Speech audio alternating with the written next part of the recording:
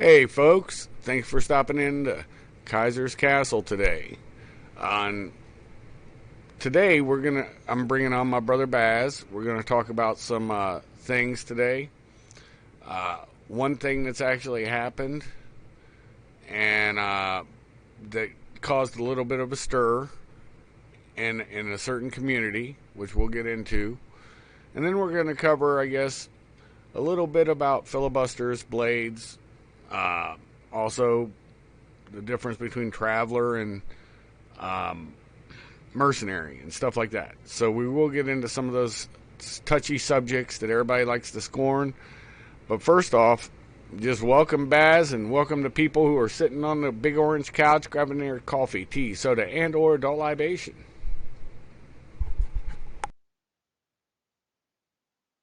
How you doing, brother? Doing outstanding, brother. How you? Yeah, it's been a while. It's been a while. No, just busy with just life in general, COVID, and then just work, and then trying to find some work. So it's just just life's got in the way, brother. That's why we haven't done a show in quite a while.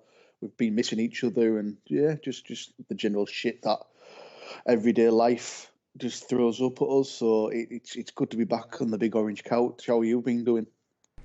Oh, I've been great, brother. It's a struggle. Everybody, there's jobs out there, but it's like, at this point in time, it's like as sketchy as fuck on most of them. And then, of course, you always have, as we've both experienced before, money issues and different things like that. That, clients want this, want that, and then, hey, sorry, this is, that kind of thing.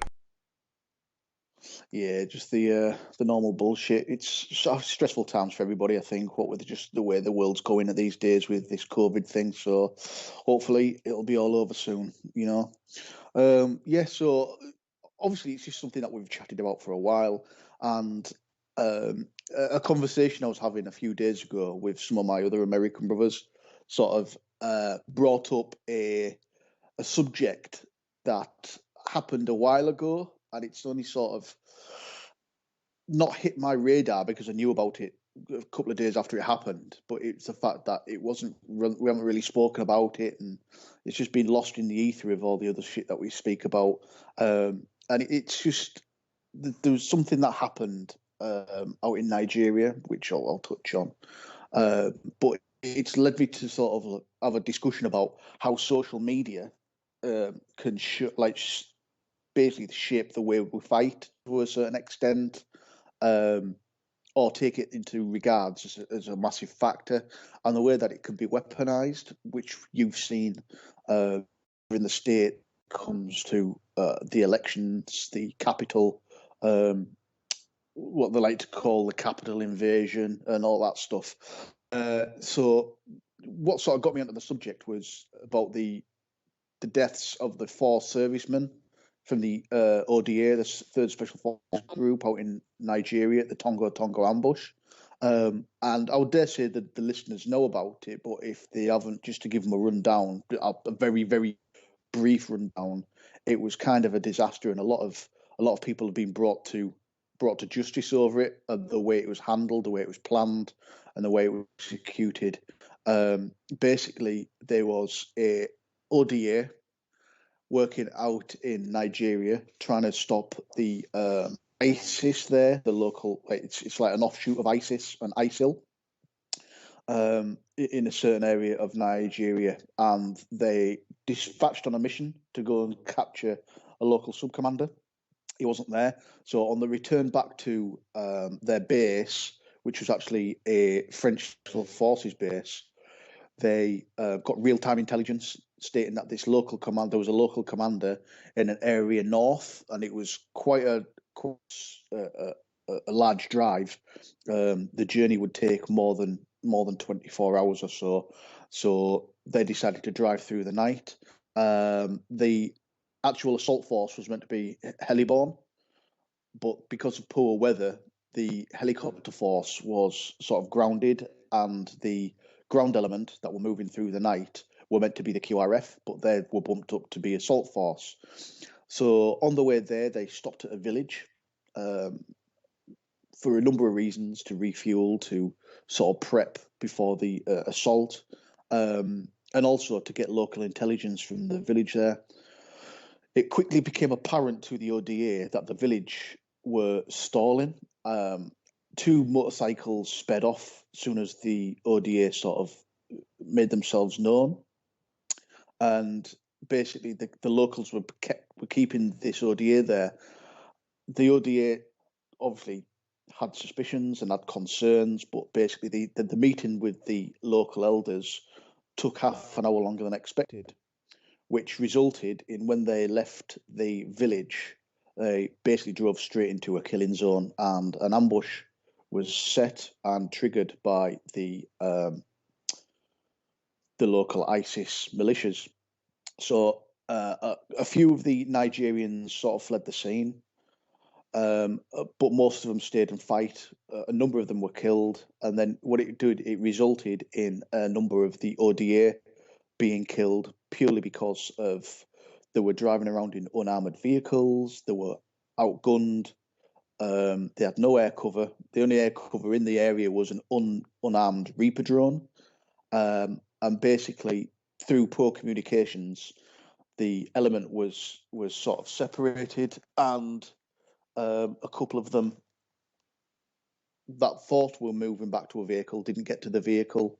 They were killed. Basically, a complete clusterfuck, as most sort of ambushes are, especially when you're in one. Resulted in the deaths of four ODA members, and they were executed at close range with small arms fire.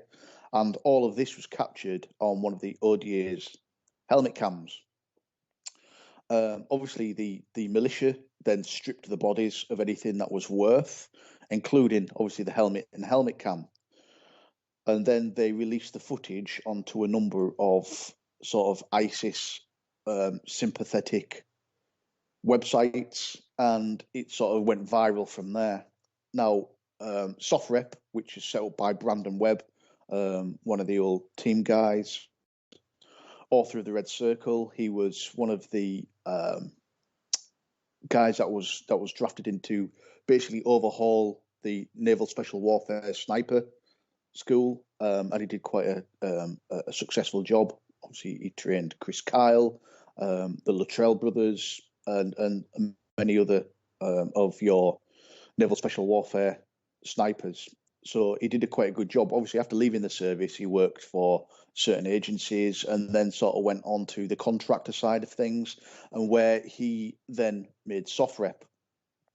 Now, one of the guys that works for SOF Rep, a guy called Jack Murphy, who's, I'm sure he's ex-Rangers. I don't know whether he's 75th or what, but basically ran the story of the Tonga ambush, and was quite conflicted on whether he wanted to show the footage, but he chose to show the footage, the full unedited footage of the ambush.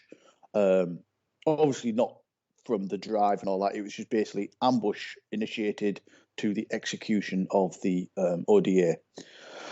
Now, SOF Rep basically were vilified, and they got a lot of flack from quite a lot of the members of the US Armed Forces community, the veterans community, and supporters of the military, on how dare they show US servicemen being killed, X, Y, and Z. Regardless of nationality, if they were British soldiers, if they were French soldiers, Dutch soldiers, Australian soldiers, I think it.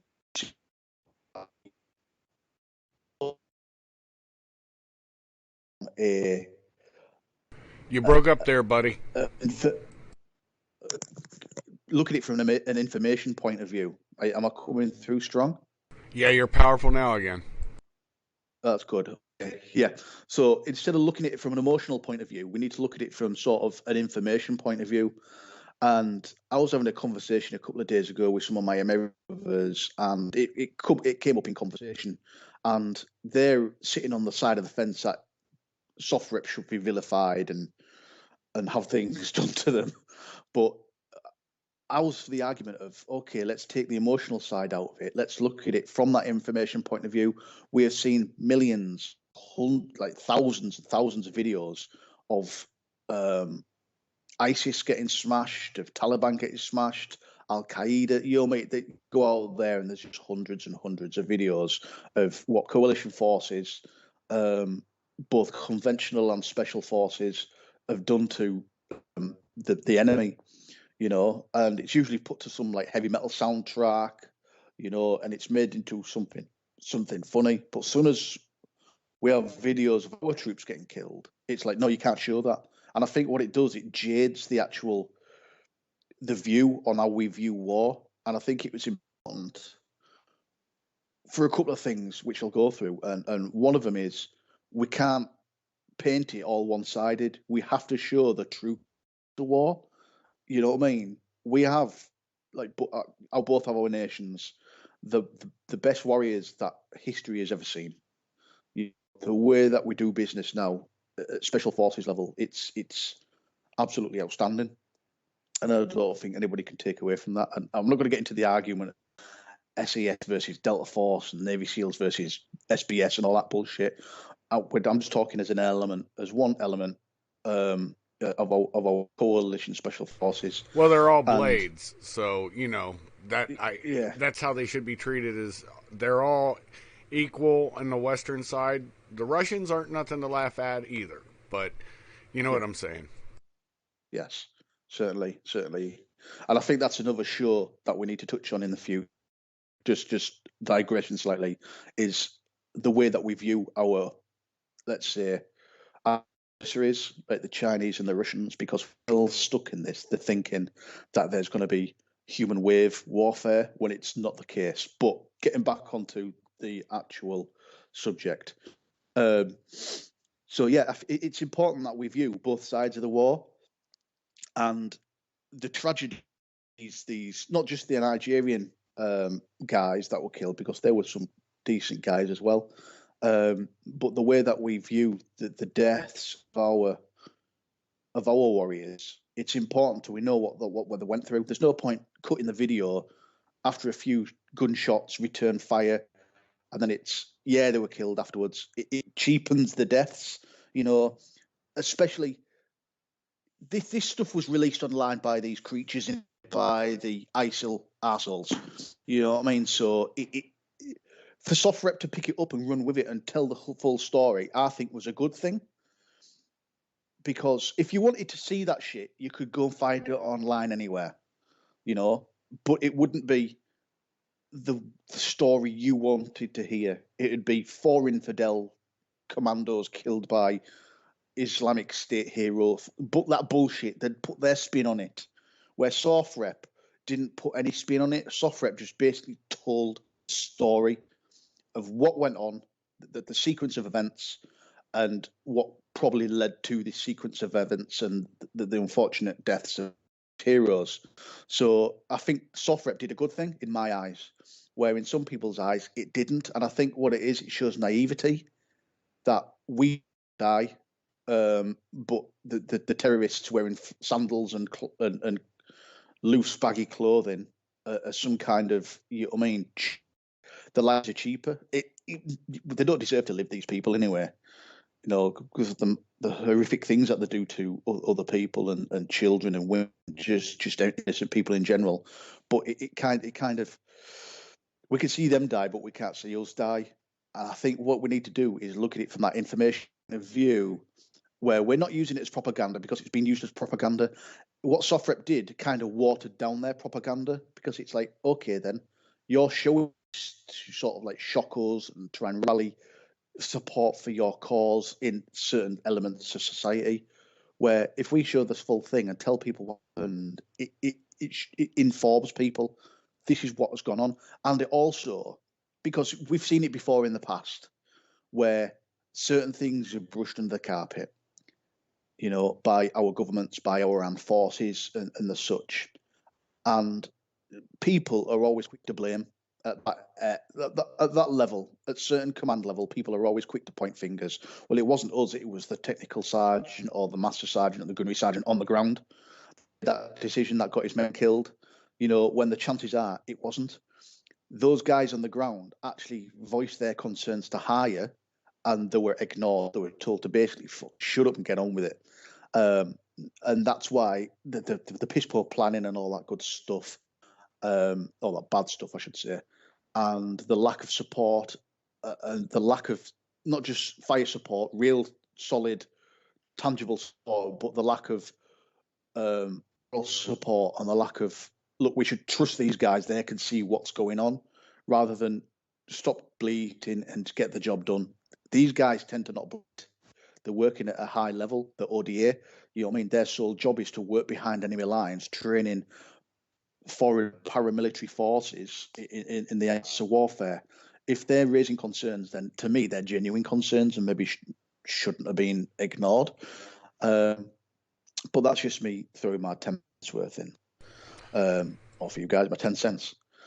Well, so go on. What were you saying, brother? On what you were about to say, I'll say this. I agree with you, and I'll say why. Back in 2005, a site came online. It may have been before then, but by January of 2005, I actually went on it as a learning tool.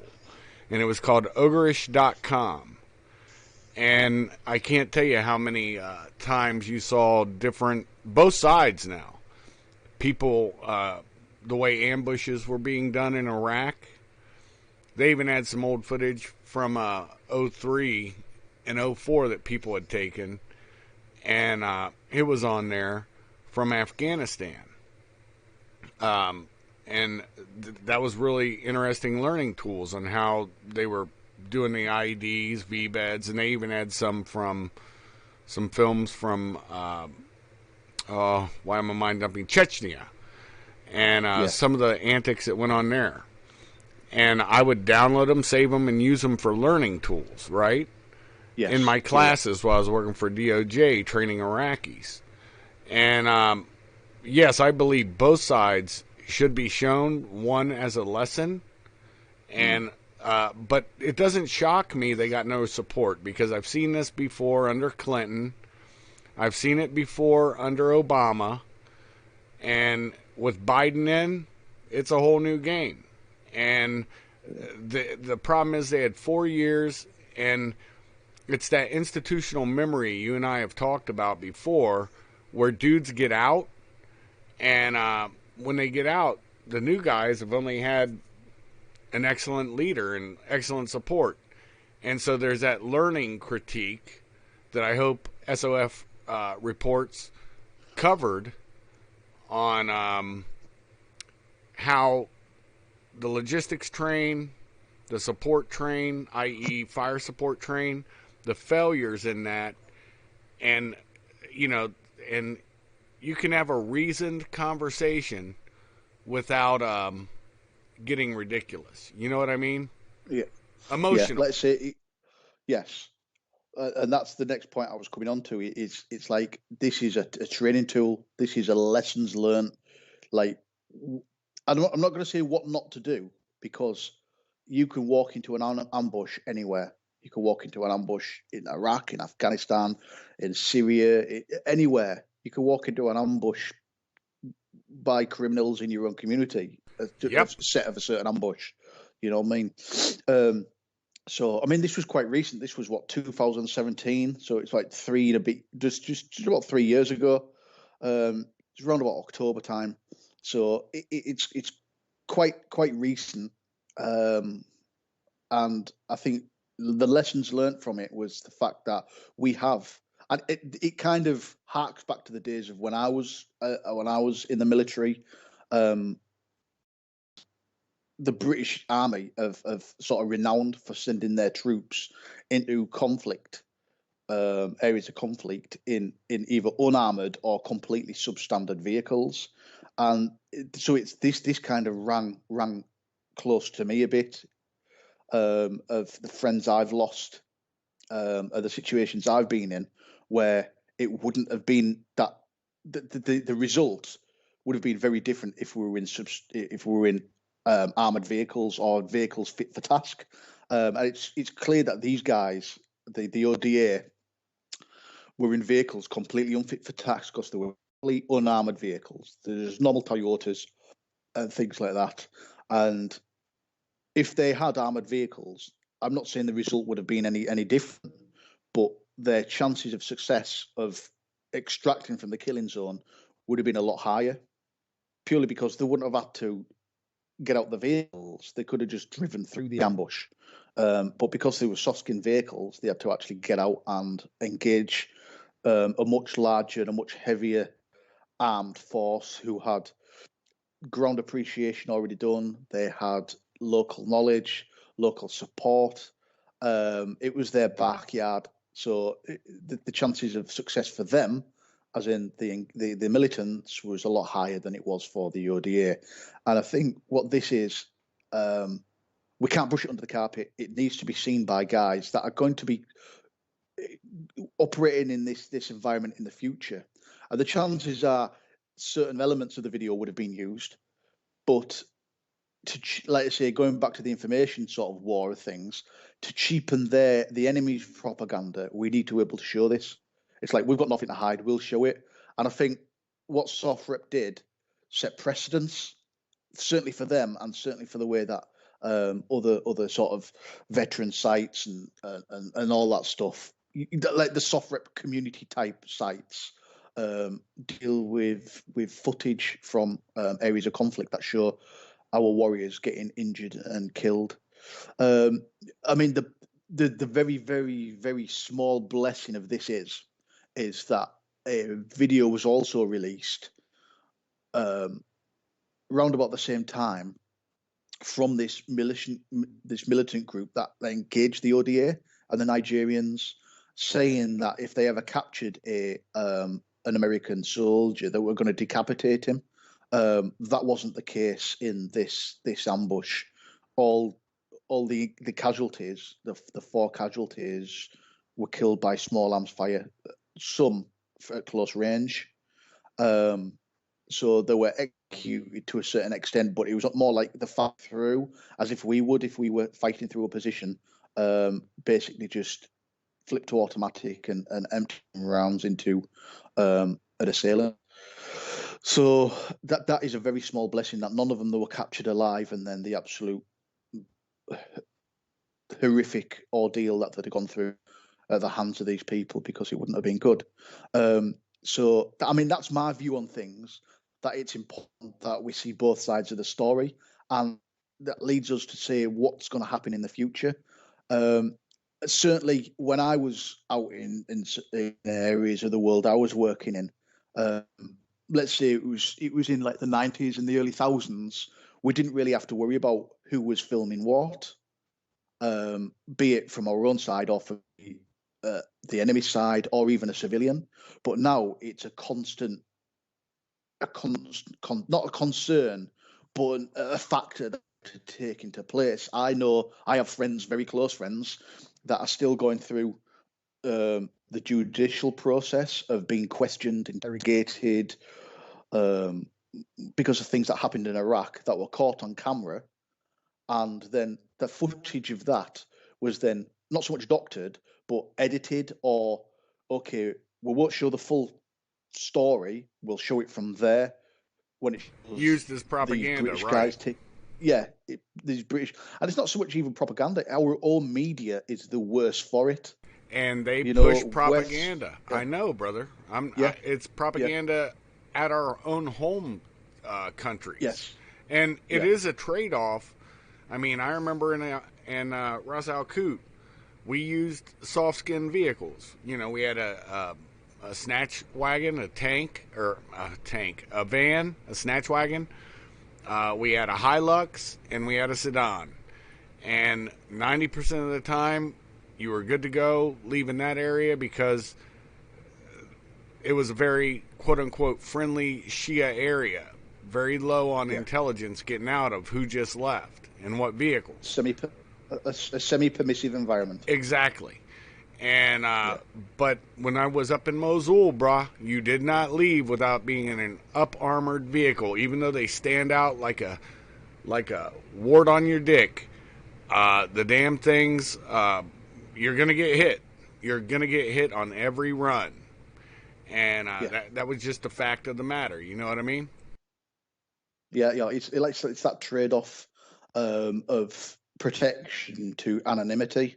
You know, where it's certain, like say, like when you were down in your semi-permissive environment, you could go in an element. You could drive a vehicle that would afford you an element of anonymity. What we used to call in Northern Ireland a CMV, a civilianized military vehicle. Basically, it's a civilian vehicle, um, usually locally purchased, especially if you've got your Yep. head on your shoulders. Locally purchased vehicles, so it doesn't stand out. It's not a shiny white Hilux driving around streets where there's, you know what I mean, old Nissans and even Datsuns Yep. cutting around Ours and were battered four old, by beat up. fours. Ours was old, beat Yeah, up, and had dents in it and everything. Nobody would think. You know yeah, what I mean? yeah, yeah. Like I say, as long as you get it back to your secure location, make it technically sound. It's not going to break down in the middle or anywhere. Um, that's what you're looking for. But then, obviously, the trade-off then is into a non-permissive environment. You've got to sort of balance: do we want that anonymity or do we need protection? The chances Right. are these people now, back in like 2003, 2004, 2005, you could drive around in a CMV in these areas and probably get away with it purely because it's something that wasn't taken into consideration by the enemy, that the Western coalition were going to be driving around in civilian vehicles. They just thought we were going to be driving around in big coloured Humvees and X, Y, and Z. But then again, they realised that we weren't, that we were driving around in CMVs, and then they were looking for the telltale signs. And it was same like when we were in Northern Ireland. If you had a CMV, there was the tiniest of details would give you away as security forces or coalition forces, and that's why it was important then to locally source vehicles so you don't stand out. Again, so going back to that, it's because we've digressed slightly. It's how we fight our war now. It's something that we've got to keep in the back of our minds. Who was filming us that could use what we're doing as propaganda? And we've seen it a few times of us shooting ourselves in the foot as well. Certainly, if you think back to the Marines pissing on the corpses of the insurgents in Iraq. Was it Iraq or Yep. Afghanistan? It was I think Afghanistan. it was Yeah, it was Afghanistan. Afghanistan. Yeah. Yeah. Those guys got absolutely dragged over the coals, and it was their own people filming them. On our side of the pond, we had a Marine sergeant, Al Blackman, that basically executed a wounded Taliban militant. Basically pulled out his sidearm, said it's time to shuffle off the mortal coil, you cunt, and basically smoked him, and then turned around to his guys whilst on camera and said, "You best delete that because I've just broken the Geneva Convention." So obviously that person didn't delete it. It got out, went viral. Well, not so much went viral, but it went to the wrong people, and he was subsequently found guilty and did time in prison for it. He's out now, appeal, and I don't know whether that case is actually over and done with or whether it's still in the process of being reviewed and all that good stuff. But it goes to show it's not just the enemy that are looking for us to do things, drop the ball, do things we shouldn't be doing, or film the things that we should be doing, but edit it in a way that we shouldn't be doing them. It's our own guys as well, and it's everybody's got their own footage. Let's just put it that way. Everybody's got their own footage, be it benign footage or be it footage of them in contact or even footage of doing things that they shouldn't necessarily be doing. And you always hear it. You always hear it on the news, like the Australian SAS guys, where they've just landed. They're going on an operation, on a mission. I don't know the details of them. I can't remember. But they come across a young guy, a fighting age male, in a cornfield. And the lead scout guy turns around to his boss and goes, "Do you want me to drop this cunt?"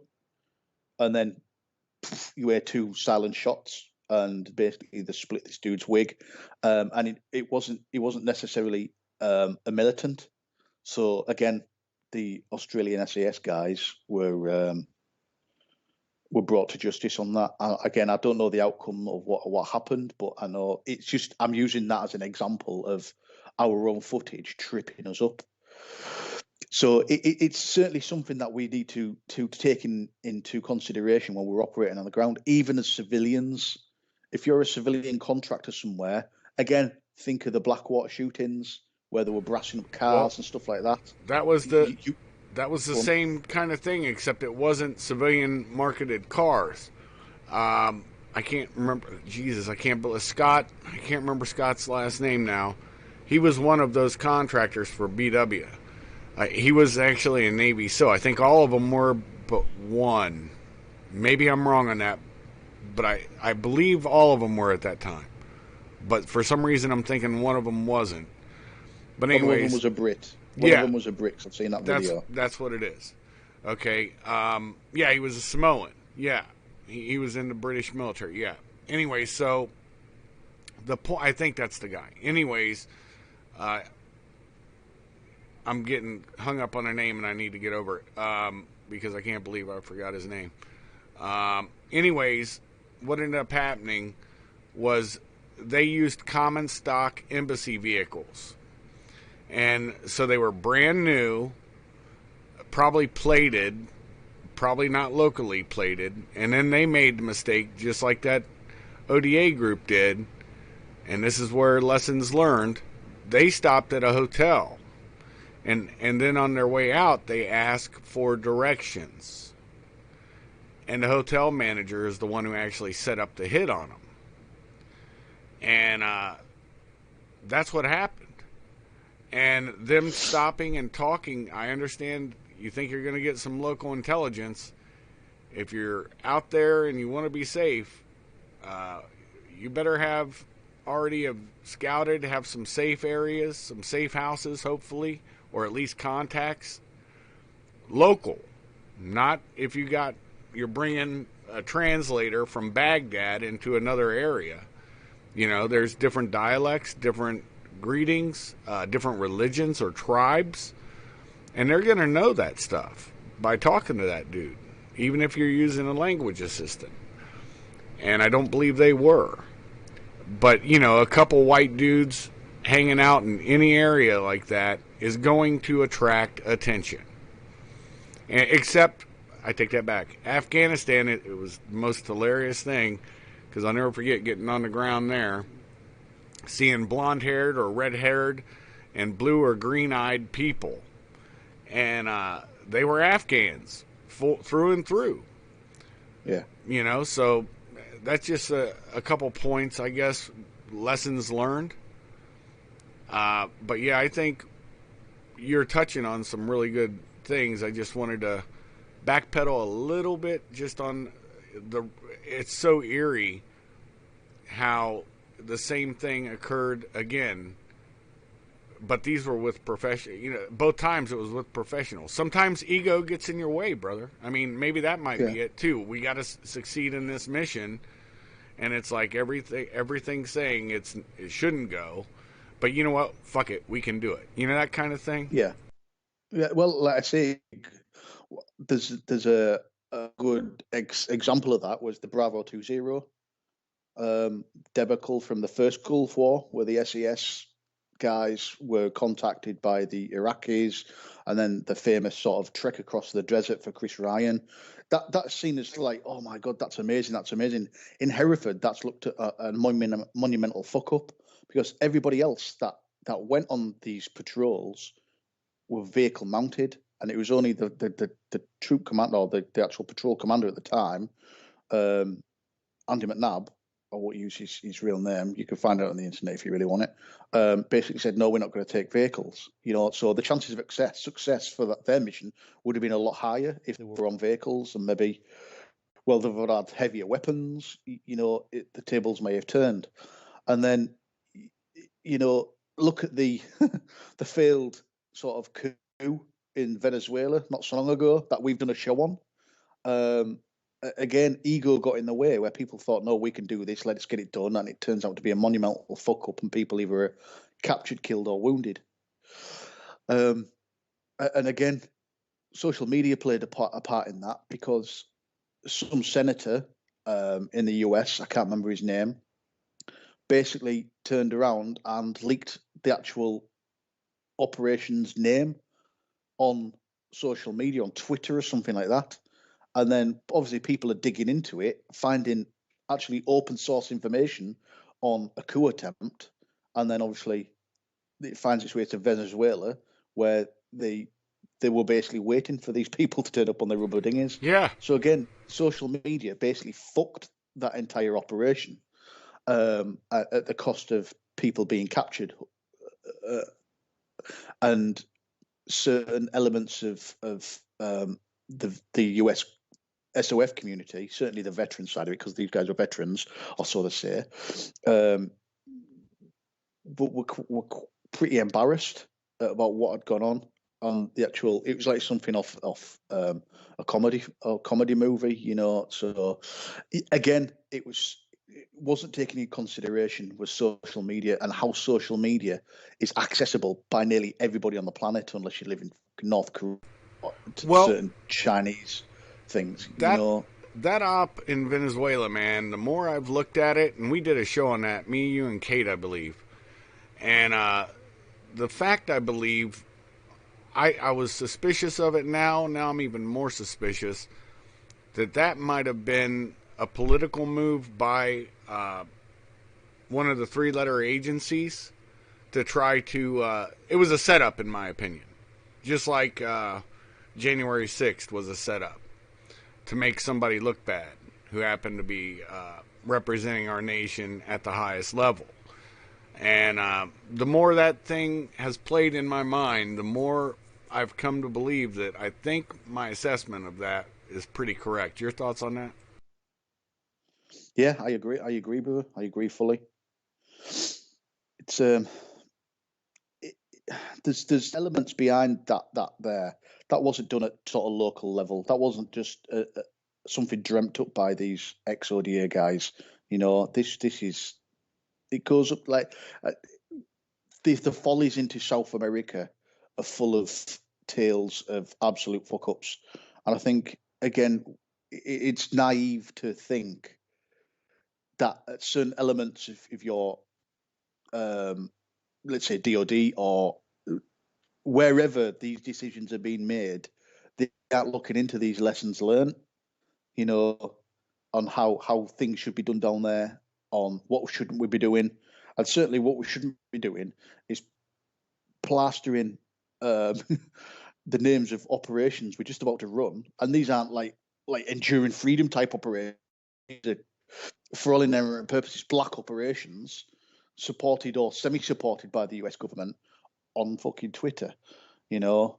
But I think the last administration was kind of Twitter happy. Like the Twitter fingers were happy. So it's again lessons learned. Let's see if the new administration does any different.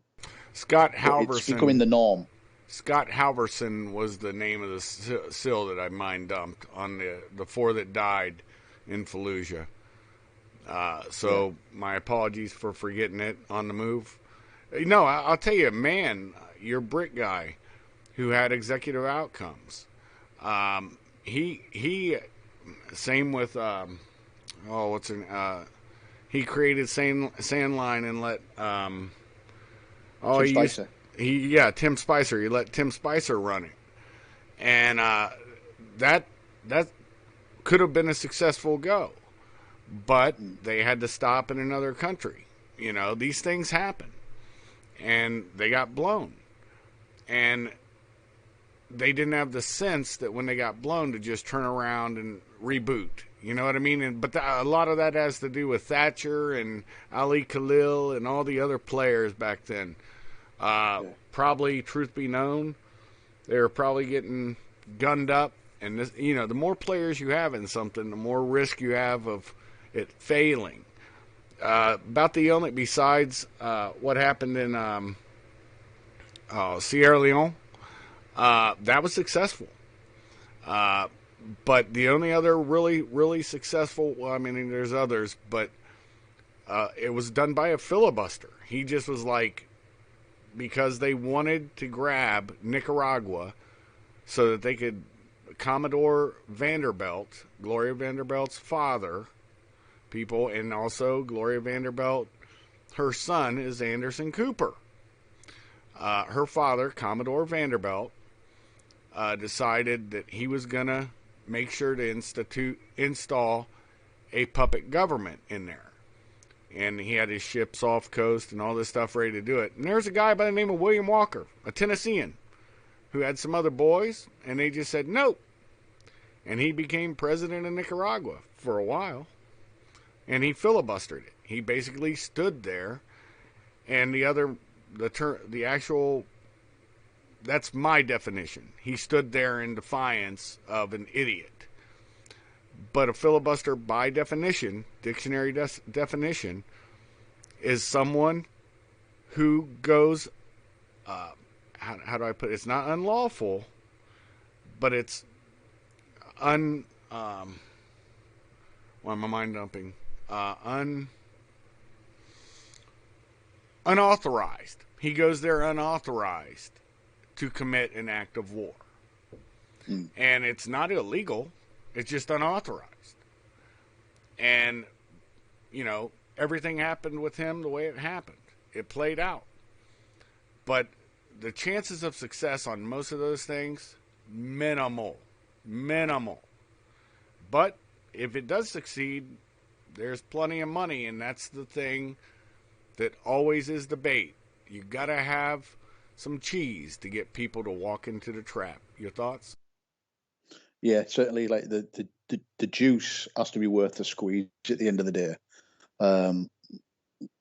You're getting people generally from the veteran community to dip back into that life that they once led, and most will do it freely because it's all they've known and it's something they crave. Secretly, a lot of people, and still to this day, a lot of the guys I know that are out in certain areas that are doing it outside of the military, most are doing it for the money, but there's that few that just say it's because all I know and I miss it, So yeah, the money is a big factor. Now you look at sort of when the Twin Towers first came down and we rolled into Iraq and Afghanistan. You look at the money that was being pumped out just in contractors in Iraq. I know lads that were on, Jesus, like $1,000 a day and more even. Oh yeah. So there was certainly an element of sort of financial beckoning there. It was like, I'm doing this. I'm going out there. Fuck this job off. I'm off back to Iraq. I Not got out of just the military that. a year ago. Not just that. It was common in Iraq for people to bounce from company to company because of more money. I mean, if you were a slick dude, you could make $1K a day. $700 a day was usually about average. That's to be honest. And but then look at all these. The companies started realizing we'll make these people employees, so now they have to pay tax. We'll offer them $60K for a year, knowing that that's good money for somebody who's a Spec 4 when they got out, an E4. They're going to be like, wow, this is phenomenal money. And they go there and they're doing static security. Well, good for them if they enjoy that. But these companies try to run themselves like they're the U.S. military. They are not. A contractor, by definition, and a lot of them have that, we've talked about this before, that false thought that they're mercenaries. No, the fuck you're not. You're working for the U.S. government, doing static security. You don't handle logistics. You don't handle, going out there and actually doing the fighting. You're not encompassing there's a lot more to just, I got a contract with this company and they ship in the stuff, but the government allows them to do that. What if the government's not permissive of you handling that shit? You understand? I mean, people should understand the difference between contractors and mercenaries. Yes. A mercenary, you're there on your own behest. You are there. First of all, you're doing stakeholder management. You're meeting the people that you should be working for. Let's put it into project management sort of speak here. First of all, you wanted to see what the business case is. What does the client want? Why is the client speaking to you? What can you deliver the client? Then it's like, okay, this is what they want. I then need to put a plan together, the project plan. I need to do that. Once you've got the project plan together, this is how we're going to do this. This is how we're going to get these results. Then it's obviously your stakeholder management. Who do I need to speak to? Who do I need to greet the palms of? Who do I need to take out? Who do I need to be concerned of? And then it's like, okay, let's enact the plan. And then it's just managing. Yeah, let's say you've designated yourself a colonel because you're a mercenary, and there's no sort of army there to say you can or you cannot be a colonel. So you designate yourself colonel, and you're the project manager. And then obviously you've got your I'll say minions, but then you've got obviously the people that are working for you, like your chief of staff and shit like that, right down to your bayonets, the guy that are sticking bullets and steel into other human beings. They are mercenaries. You know what I mean? Because it's been from flash to bang. They've gone in there, they've started it, they're running it, they are doing the fighting. There's when they get on the phone, when they get on the radio, it's not a QRF from the local Marine battalion that are coming to fish you out of the trouble. Your QRF are guys like you that maybe got out the military and were a plumber, or they got out the military and they were just sitting in the off license in the pubs and stuff like that. You are getting military assistance, overt military assistance, let's say. But then obviously, like you said, you've got your contractors where you're living on either a military base where you're driving through checkpoints held by your own military. You're being logistically either fed, paid, or outfitted by your government. That's the huge difference between contractor and mercenary. And like you said, mercenary is very, very lonely. You have no guarantees. There's nobody doing your pension or your insurance. Certainly, you haven't got a dental plan being a fucking mercenary. And these days, mercenaries are a lot harder to find, I would dare say. I mean, you've got to let's look at it from the other side. Okay. On our side, not so much. On the side that we tend to be fighting these days in Near East, the Far East, the African region, it's full of mercenaries because all these people are mercenaries, whether you like it or not, whether they've been bought, whether they're doing it for the love of whatever religion they follow, or the hatred of our Western ideals. They are mercenaries in a true sense. Some are doing it for fucking nothing, just for the sheer love of killing other human beings. They're either, you call them psychopaths, but at the end of the day, they're mercenaries. They are the true mercenaries of the olden days. Psychopaths and sociopaths. Traveling warriors. Because they still fight. They're still a warrior. They might not be very good. They might be excellent. They could be absolutely dog shit. But they're still a mercenary. Where you don't find many mercenaries nowadays. In the 80s, there was quite a lot. Yeah, in the 80s, it was quite big. I would say the 60s, 70s, and 80s was like kind of the heyday for it was of Western mercenaries. There was the ISIS, Al Qaeda sort of struggles we've had in the Middle East, sort of like rekindled some of that flame. I know a couple of guys that were out there fighting with the Peshmerga against ISIS. But you even had sort of non-traditional mercenaries where people, again, harks back to what I was talking about, social media, saw the plight of the Peshmerga on social media, on Facebook, and thought, do you know something? I work in a bank. I hate my fucking job. Look at these people. I want to do something about this. And they were the true mercenaries. In my eyes, it takes a lot more balls to leave your job as a fucking bank cashier or a mechanic to jump on a plane, to get in touch with these people through social media, pretty covertly, saying, I want to help, and then to get on a plane, pack your kit, and fly out to somewhere with zero military training, upon what you can see on YouTube. That to me takes balls. It takes balls, but it takes stupidity too, brother, with no training. Yes. And that's the whole thing. If just like Man and Spicer, you know, if you're gonna try to be a colonel, a team leader, whatever, you need to be the traveler. You need to go there and be the tourist. You need to check the lay of the land yourself. You need to see the culture as it lays and see how they deal with, if you're of a different skin color, whatever.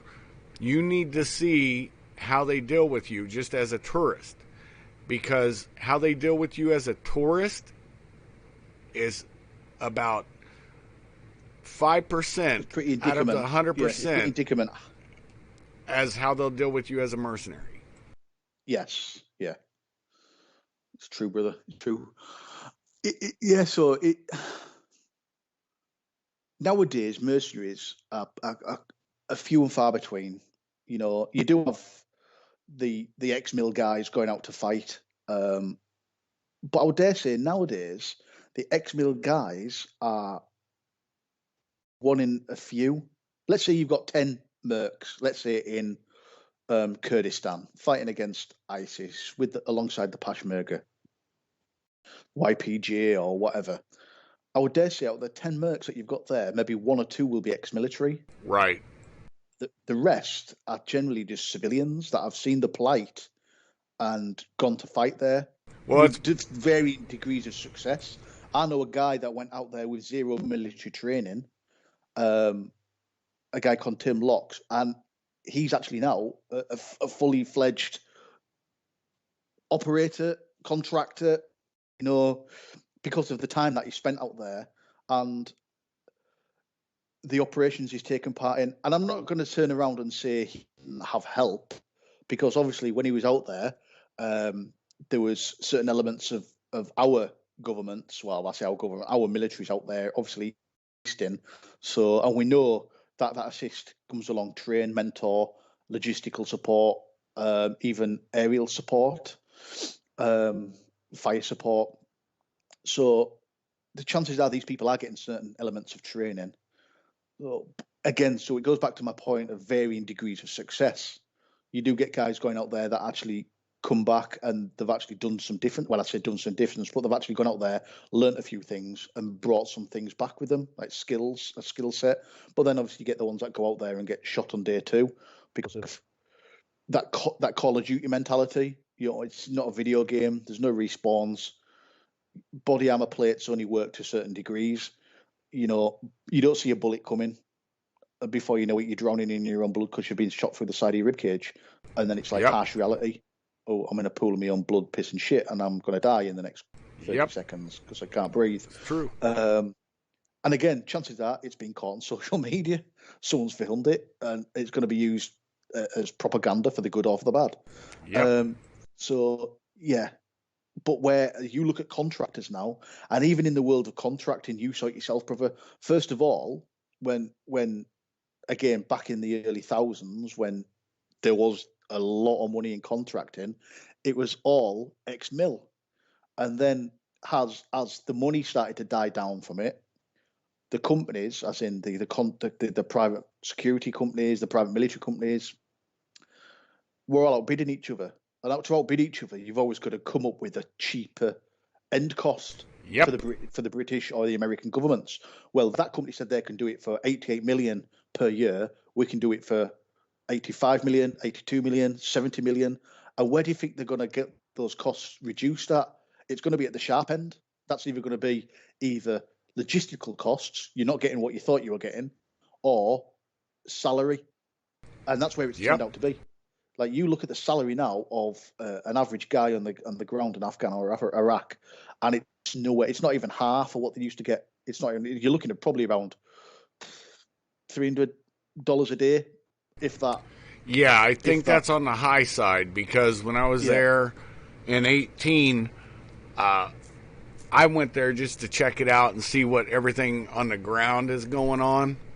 Because I don't like to just listen to people. I want to see what's going on, actually. And my experience, there was Aegis had just gotten bought out by, I can't remember, it starts with a C, the company. And then the other one that was big was it Capgemini or Compass? Was what? Was it Capgemini or was it Compass? No, it's a Spanish company. Okay, Constellis. Constellas, yeah, Constellas, and then the other one was it just entered and left my mind. Anyways, both of them were having a bidding war where these dudes were coming in for $210 a day. I mean, that's how fine they got it down. I was with a higher paying company, but they sacrificed logistics, you know, and that was a problem. I mean, we had weapons that were, once I started seeing how everything was run and how the logistics train was a nightmare, I was like, okay, this is short lived, and I bounced it. But see, that's the whole thing, man. It's a mixed pot, and like you said earlier, the 60s, 70s, and 80s, brother, that was the golden age of the West and mercenaries. And honestly, there was, besides Soldier of Fortune conventions, that it was awesome to go to them, because I was at Camp Pendleton and I was even able to compete in some 3-gun matches. When they were real 3-gun matches, you weren't dumping them in a bucket after you grabbed it off the table. You went downrange with all 3 guns on your body, and you had to perform with it. And that was out in the deserts of Vegas. And they would have real life scenarios, bus rescue. I think it was Israeli bus rescue in Entebbe. They had an aircraft out in the middle of the desert. So, you had all this shit going on. But there was a physical bar that only people that knew where to go. And it was in Anaheim, right? Dude, I'd step out of the bar to smoke a cigarette or talk to a girl, and or whatever, because there are female mercenary groupies, trust me, and they would be at the bar, and it was called Lucky John's, and you could see the tram for Disney maybe not even a half mile down the road. It was a couple blocks. So I mean, it was a real lifestyle, man, and the dudes were really cool, and you could tell I was still a military guy.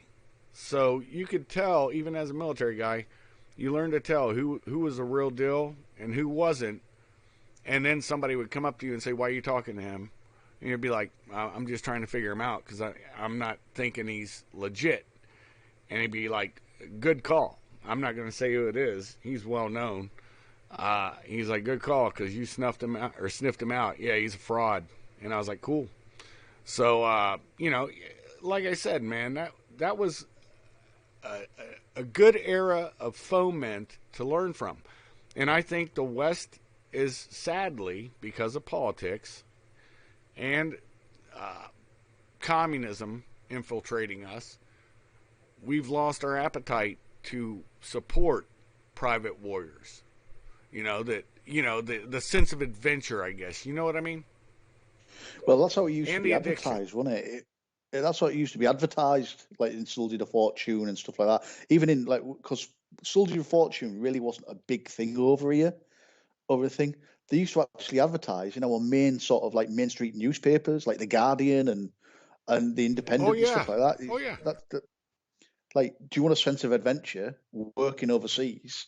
And it was like it wasn't in some. Because obviously, Soldier of Fortune. You mentioned Soldier of Fortune nowadays. People usually either raise an eyebrow at you, thinking, "What the fuck is Soldier of Fortune?" or they give you a smirk because it was kind of, "Oh, so you're one of them people, those Soldier of Fortune people." It's like, you gun war junkies. Kind of thing, or you think you're a mercenary. So it doesn't. Soldier of Fortune obviously doesn't exist anymore, does it? I've not seen any over here. I haven't seen can you still get it? I haven't seen it in the U.S. in a long time. Maybe they're online, but it's not something. I only saw one when I was like I was a teenager. I think the last time I saw one. So yeah, it used to be advertised like you had a sense of adventure.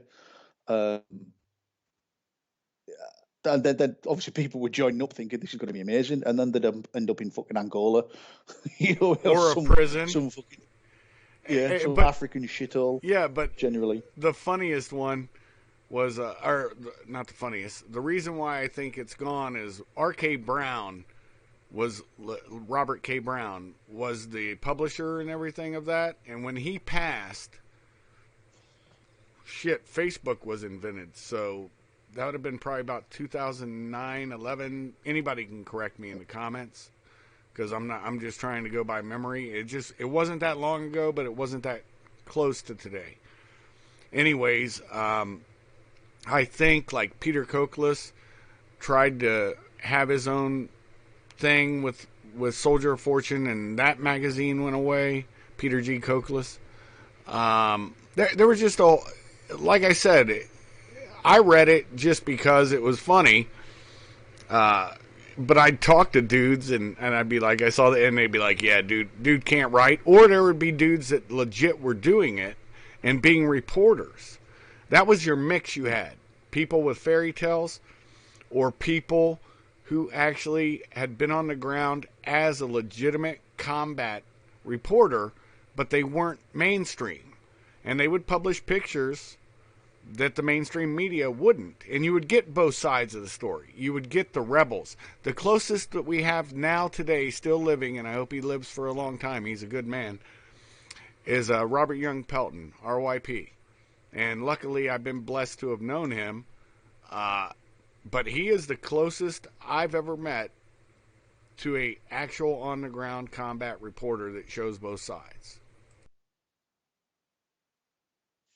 And that's what's important, I think, again, and it harks back to our original subjective. Both sides of the story need telling. One, to honour the memory of those that we've lost. Two, so hopefully we don't go through that again. It's a learning experience. All learning, massive. You know yourself, brother. In the military, is learning accounts. Now, learning accounts are usually used probably to point fucking fingers by the hierarchy, but certainly at our level, in the mud and the shit, it's used to say, okay, how do I not do that again? Okay, let's look at this from that last patrol, or this patrol that this unit went on, or the assault that this group did, or it went drastically wrong, or even it went well, but there was issues. Let's use those, read into it, and train those issues out, or at least have them in the back of our mind. So this happened on the operation. It could become an SOP for the enemy. Let's just keep it in mind. So at least if it does appear, if it does happen, we can deal with it. And then that's how our lessons are learned, and that's how our drills tend to adapt, especially in the operations we're doing, because the enemy are doing it. And if you think we've got, again, we'll do a show in it at some point, we've got outside elements that are looking in, and they're using everything that we do. That's on Facebook, that's on social media, that's on the internet, that's been captured by just people filming. They're looking and thinking, that's how the US operate. That's how the British operate. The Dutch commandos do this way. The Australian SAS do this. You know, so the power of social media can be, it's a double-edged sword at the end of the day. It can rally a cause, or it can fucking take down an army. Yep. And let's say the going back onto the subject of Contractor, Mercenary, Blade Traveller, again, nowadays, it's kind of swung the other way. You see more contractors than mercenaries. And I think as we go on, I think you're going to see more mercenaries in these days, because, again, things are heating up with the, I'll use inverted commas, the red threat from the East, be it Russia, be it China. We're going to see a lot more of the old proxy wars. And again, these proxy wars are either going to be covertly, overtly supported by the West, or you're going to have average Joe, did a few years in the army, in it, putting on his boots, doing up his laces, and becoming a merc. And I think what's important is that we highlight that, albeit most of the time it's an honourable thing.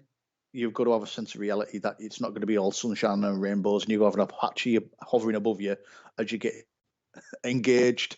You know, as a lot of people found out in Africa, in South America, for you guys, that it's a very different world. It's a harsh world, and the people that you're working for maybe aren't as honourable as the military. At least in the military, you knew that if someone was giving you an order, they'd actually had some training, and they've got to that. There might be an absolute arsehole. There might be an absolute diamond of a bloke, but they've been trained to get there. That's not necessarily the case if you're a mercenary. If there's somebody above you giving you an order, who are they? What have they done in their past that legitimise that order? And what I mean by legitimise that order is, has this order been thought out? Has this order been planned? And I'm thinking of that ground level mercenary now, the guy with the rusty AK in his hand, that's been given as he stepped off a plane in Shithole, Africa somewhere, and paid X amount of dollars a day that he may or may not see. It's not as if he can just, okay, I'm going to get on a plane and go home. A war zone now, kid. You know, that order that he's been asked to carry out, is it a legitimate order that's been and dreamt up of by someone with an element of credibility and legitimacy? And do they know what they're talking about at the end of the day? And that's the risk you run being a mercenary to a certain extent. And there's a lot of stories, you know, that you can look into that show sort of success as a mercenary, but you should look into the ones that show failure, you know. Yep. And I would dare say there's a lot more out there than there is success, purely because of the type of person that it attracts. You know, now I'm not fucking pissing on the mercenary world, but a lot of the people that became mercenaries had little to no military training. Quite a lot of them, which was quite evident in certain sort of areas of conflict. Well, there were two dudes that we can bring up real quick. I love to throw the love to them because they knew what the fuck they were doing. Mad Mike Hoare. Yeah. He knew his shit. And then there was another dude that's lesser known. He's well known over here within the community. Michael Econis. Michael Econis worked in South America.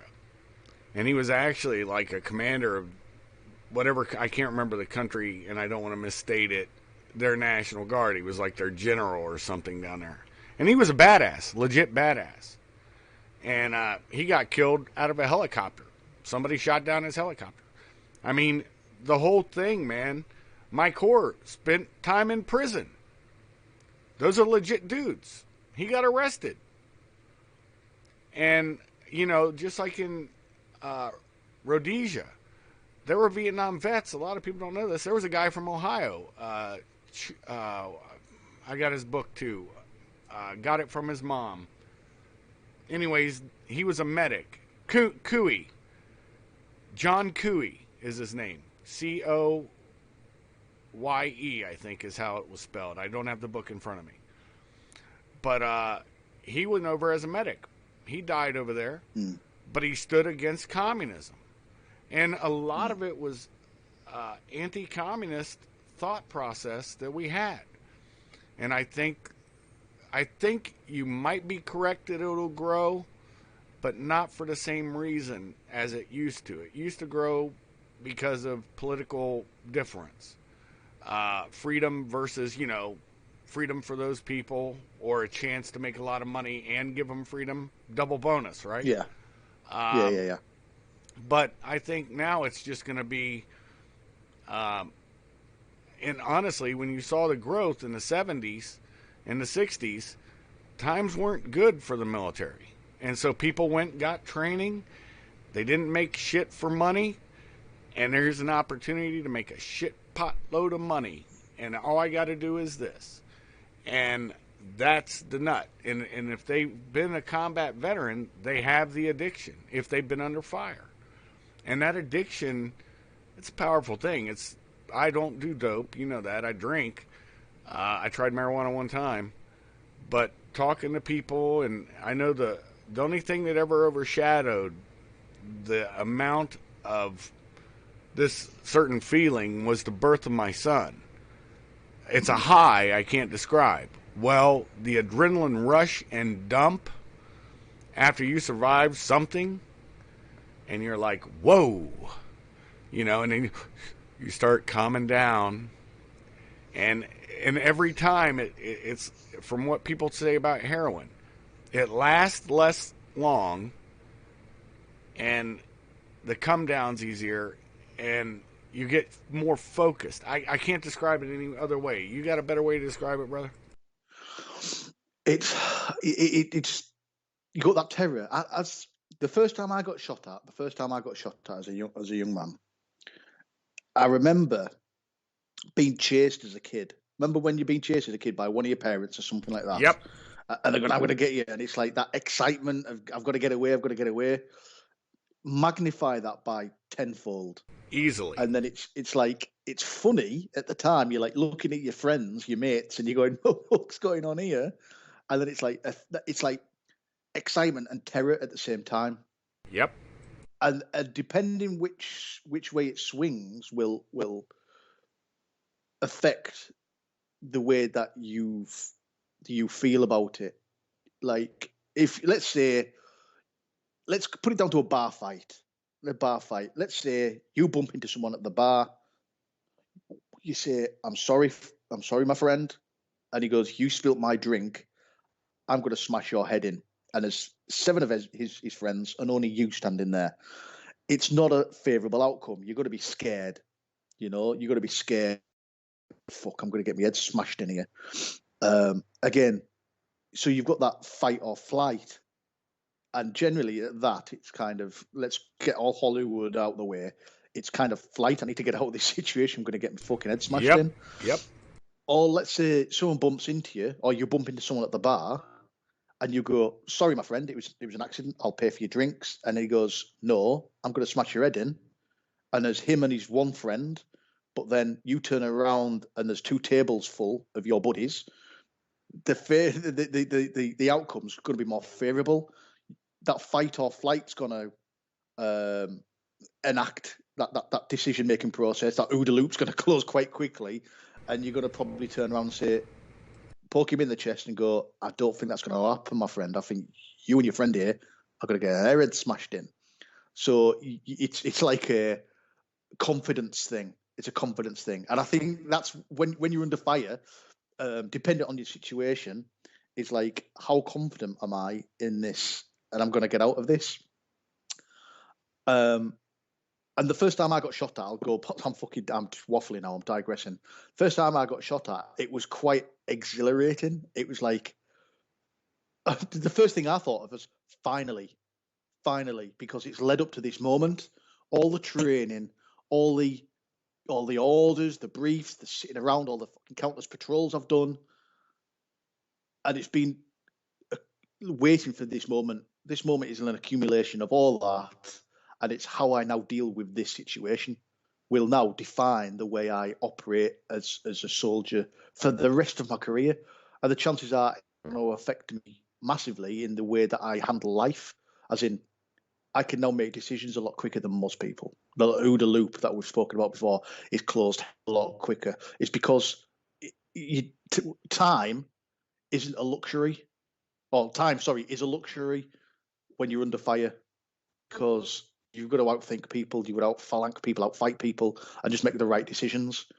And so it's kind of that, and that's what people crave, and that's why people, especially the ex-military, tend to go down that line as either mercenaries or contractors, And nowadays, it's kind of that mercenary way of life is more prevalent now, also more beckoning now, because of the type of operations that our private military companies, our private security companies are now doing.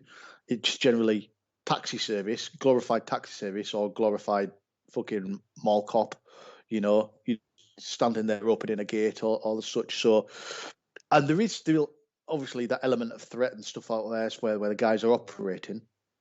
But if you want that kick, if you don't want to be standing there opening a gate or driving an ambassador to somewhere, the old Mercenary world has got that call. It's that glint in that blonde's eye at the end of the bar Yes, it that a lot of is. people want to sort of gravitate towards. And again, we'll see how the world turns out, my friend. Yes, we will, brother. I'll tell you one thing in closing, Cool. because I know you got a place to go. This is something, and you run with it for as long as you need to. I'm honestly looking at things, and I'm like, it's when the terror and everything, the endorphin drop, everything that goes on, right? Everybody always, I should never try to fell with the physical things that happen.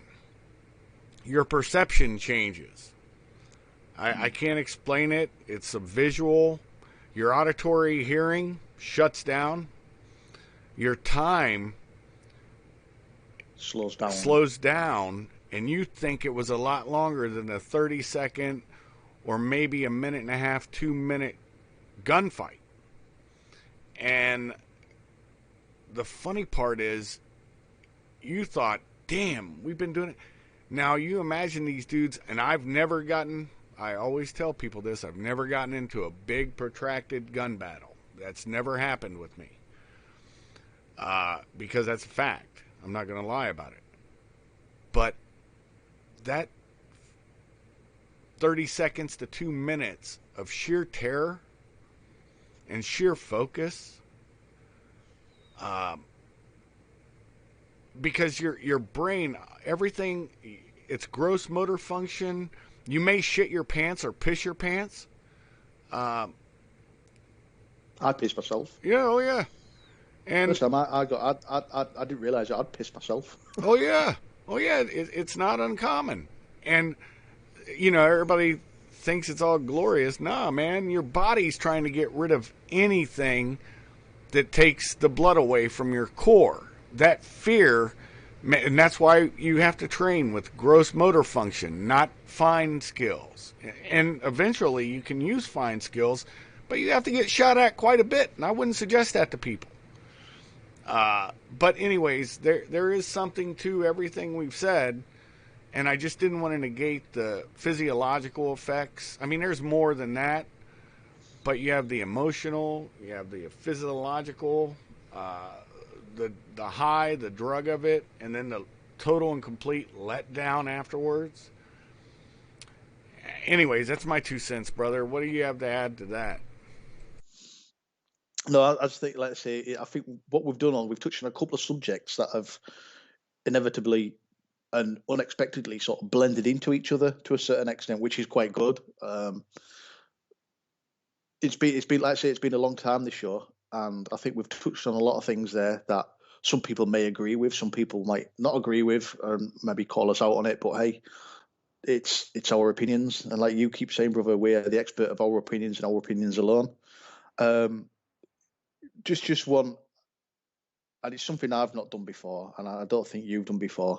But on the subject I was speaking about at the start of the show with the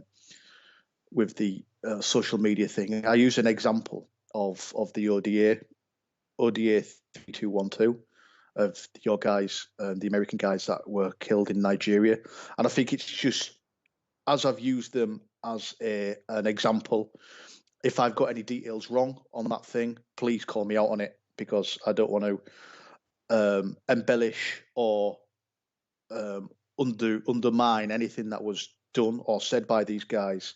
And I think it's only the right thing that I actually mention these guys' names. And then I'm going to close out, brother, because I don't want to add anything after that. And I think the last word should be me mentioning these guys' names. So I'd like to dedicate this show to the 4 American warriors that were killed in Nigeria in October of 2017, and the Nigerian security forces that were killed alongside them. So thanks for getting me on the show, brother. And I'll close out with the names of these fallen warriors. Sergeant First Class Jeremiah Johnson, Staff Sergeant Ryan Black, Staff Sergeant Dustin Wright, and Sergeant LaDavid Johnson. May brothers, you rest in peace. Fair winds and following seas. Fair winds and falling seas, agreed. With that being said, folks, thanks for stopping by Kaiser's Castle. Grab your coffee, tea, soda, and or adult libation as I slowly raise the drawbridge and you meander on out. God bless. Shuff out.